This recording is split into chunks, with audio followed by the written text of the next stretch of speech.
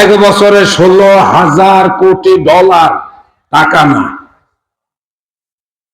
এই টাকা দিয়ে যদি বাংলাদেশে যথাযথ উন্নয়ন করা হতো, বাংলাদেশ সিঙ্গাপুরের চাইতেও সামনে থাকতো।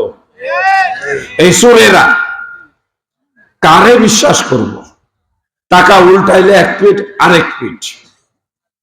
হ্যাঁ, মুখে শেখ ফরিদ বাচ্চা কাচ্চাও বলে নাই, ওই যে একটাই বলছে না, পালাবো না। ফখরুল সাহেব, আপনার ঠাকুর গায়ের বাসায় গিয়ে উঠবো, এই সুটটার কিন্তু কোনো ছেলে পেলেও নাই।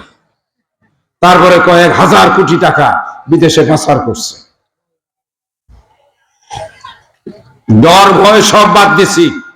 মৌলভী মৌলানারা জেল খাইটা দেখা শুনিয়া ওই যে আয়না ঘর চোর সব চিনে আসছে। কথা ঠিক না বেঠে? ভাইজান কথা কোন ঠিক না বেঠে? আমাদের এই জুনিয়র ছাত্র আমির হামজা, আমি ইসলামী ইউনিভার্সিটির প্রথম ব্যাচের ছাত্র।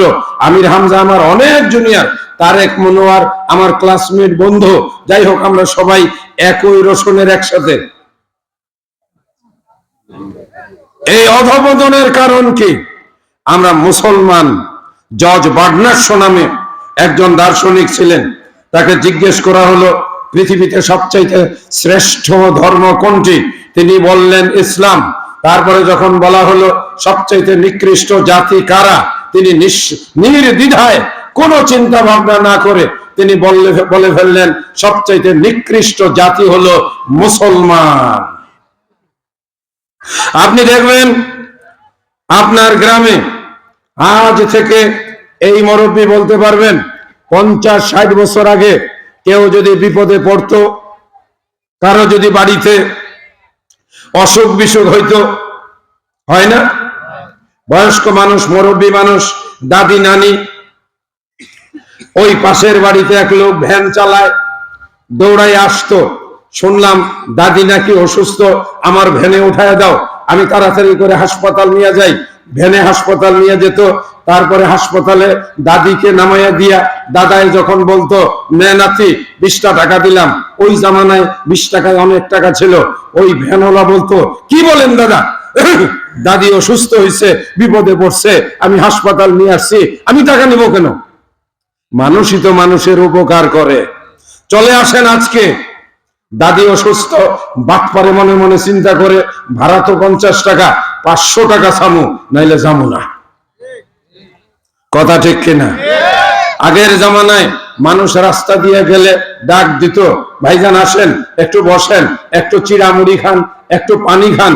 এই জামানায় আপনি যদি কোথাও গিয়ে একটু পানি চান, বলে 5 টাকা গ্লাস। মানুষ এখন বড় স্বার্থপর। কথা বলেন ঠিক না বেঠে? আগের জামানায় মানুষ বিপদে পড়লে খাবার নাই, টাকা নাই, চাউল দিয়ে স্বাভাবিকভাবে সাহায্য করত। এখনকার জামানায় 100 টাকা চাইবেন, সাথে সাথে বলবে আগামী বৃহস্পতিবারে দিবেন 120 টাকা, তাহলে আমি দেব। এটার নাম কোন ব্যবসা? আপনাদের এলাকায় তো নাই। কেউ তো আপনাদের এলাকার কোন মহিলা কোন সমিতিতে, উপজেলায় সুদের কিস্তি দেওয়ার জন্য যাওয়া আসা করে না। আমাদের ময়মনসিংহে ঘরে ঘরে খুঁজে পাওয়া যাবে না যারা সুদ খায় না।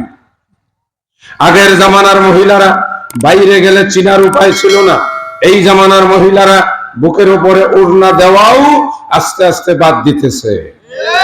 ঢাকার শহরে উত্তরায় আমি থাকি, মাঝে মাঝে নিজের চোখ নিজেই বিশ্বাস করতে পারি না, কি দেখলাম, কি দেখতেছি। নাউজুবিল্লাহ।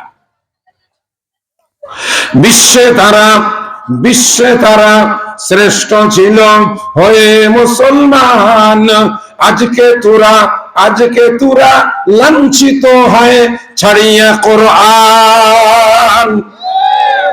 লিল্লাহি তাকবীর। বলুন তো যারা বসে আছেন, কয়জন মানুষ ভালো করে কোরআন পড়তে পারেন? একদল আছে নামাজি পড়ে না, আছে তো নাকি? সবাই এলাকায় নামাজ পড়ে? আচ্ছা, বেনামাজের সংখ্যা কম না বেশি? তাহলে যদি বেশি হয় তাহলে 60 আর 40 ধরি, 60% বেনামাজি মসজিদ বানাইতেছেন, কি জন্য? এই টাকাগুলো কেন আপনারা নষ্ট করতেছেন? কথা বলেন ঠিক না বেঠিক? মুসল্লি নাই। আচ্ছা, 60% নামাজ পড়ে না, বাকি থাকলো কত? 40 ভিতরে 20% যারা নামাজের ভিতরের দোয়া কালাম, সূরা ফাতিহা, অন্য সূরা, দোয়ায়ে মাসুরা, তারপরে দরুদ অথবা আত্তাহিয়াত অথবা সানা, এইগুলোর বেশিরভাগই পূরণ করেন। কথাটা পূরণ করেন। জানে না, রাগ করলেন? হজে গেলাম 2017 সালে, গাজীপুরের এক লোক, এরকম মুরব্বী মানুষ, বুড়া মানুষ, রাগ করেন না, আমার সাথে তার ছেলেরা দিয়ে বলল, স্যার একটু দেখে রাখবেন, আমার আব্বা বুড়া মানুষ, আমিও সাথে সাথে নিয়ে যাই। পাশাপাশি নামাজে দাঁড়াইলাম, আল্লাহু আকবার, দাঁড়ানোর পরে একটু আওয়াজ আসতেছে, আল্লাহ আল্লাহ আল্লাহ আল্লাহ আল্লাহ আল্লাহ। আমি কই, আরে কি কয়? এটা সূরা কেরাত বলবে। রুকুতেও আল্লাহ আল্লাহ, সেজদায়ও আল্লাহ আল্লাহ। নামাজ শেষ, আমি মুরব্বীকে জিজ্ঞাসা করলাম, ও মুরব্বী, এখন কিন্তু আরেক মুরব্বী চালু আছে, মুরব্বী চাঁদা শেষ করি, বক্তৃতা চলবে না?